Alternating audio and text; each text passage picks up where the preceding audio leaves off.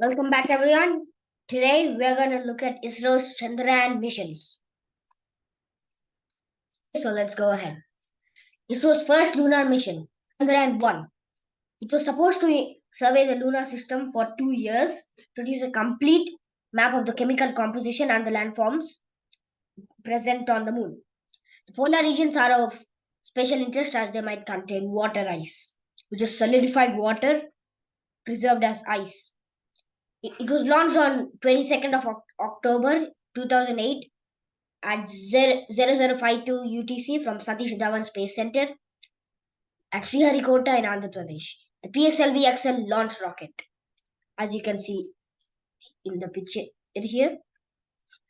The outcome. The major discovery of Chandrayaan 1 is the detection of water and hydroxide on the lunar surface. The orbiter and the impactor was successful, and the orbit lasted for 312 days.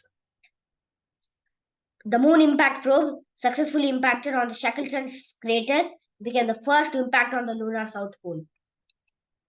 Okay, here you can see a model of the Chandrayaan 1 orbiter. You have the solar panels here. You have the fuel tank on the top. You have a radio transmission antenna. This is the imaging payload. You have few star sensors and the X-ray payload. Now this is on its journey to the moon.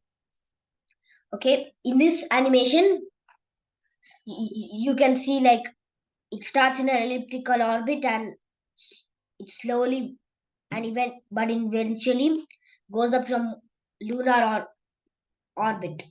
And here, as you can see in this zoomed up diagram animation, you can see that it enters the moon. It starts with an elliptical orbit and then gradually comes closer to the lunar surface for the impact. And when it's close enough, the impactor will be launched onto the lunar surface for the impact. Here, as you can see, the green part is the moon, the purple part's Chandrayaan 1, and the blue part's the Earth. Okay, it was second lunar mission, Chandrayaan 2. So it was supposed to study the lunar topography, mineralogy, exosphere, elemental abundance, and make 3D maps of the South Pole.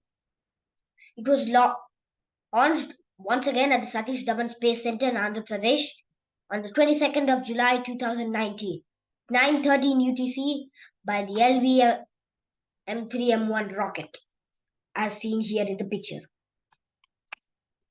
It entered orbit on 20th August 2019. The lander separated from the orbiter, but due to a technical glitch,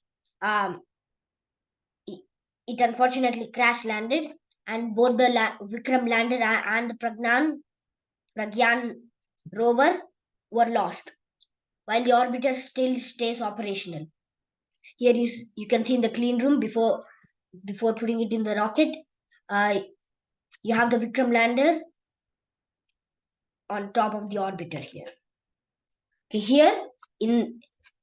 here, unlike Chandrayaan 1, Chandrayaan 2 had a lander and a rover. So here you can see that once again it's following an elliptical orbit and gradually goes to the moon, and it comes closer and closer. The orbiter comes closer and closer while the lander is separated and gets close enough to the lunar surface so that the Vikram lander can safely land. Unfortunately, due to a last minute software glitch, both the lander and rover were lost. Chandrayaan 3, ISRO's latest lunar mission. The objective was the inside observation and conduction elements, the materials on the lunar surface, and better understanding of it. It was launched at the Satish Dhawan Space Center on 14 July 2023 at 11:05 UTC in a GSLV Mark III, as seen in the picture. First orbit raising maneuver was successfully performed on July 5th, and the second was on July 18th. The next firing is planned on Tuesday between 2 and 3 p.m., which is 24th of July. Chandrayaan 3 is expected to build on India's lunar successes. As you can see, these are the label parts of the lunar rover. You have a solar power, you have an antenna, and you have a chassis and everything else. And this is the Vikram lander. This time, they tried to make the lander more um, advanced so that it won't crash and like the last mission. Here you can see it's in the clean room with the Vikram lander mounted upon the orbiter with its own propellers. Here, as you can see in the animation, ISRO is planning on following the same technique as it did for the other lunar missions. Thank you. I hope you enjoyed this video. Be sure to click the like button and I'll see you next time.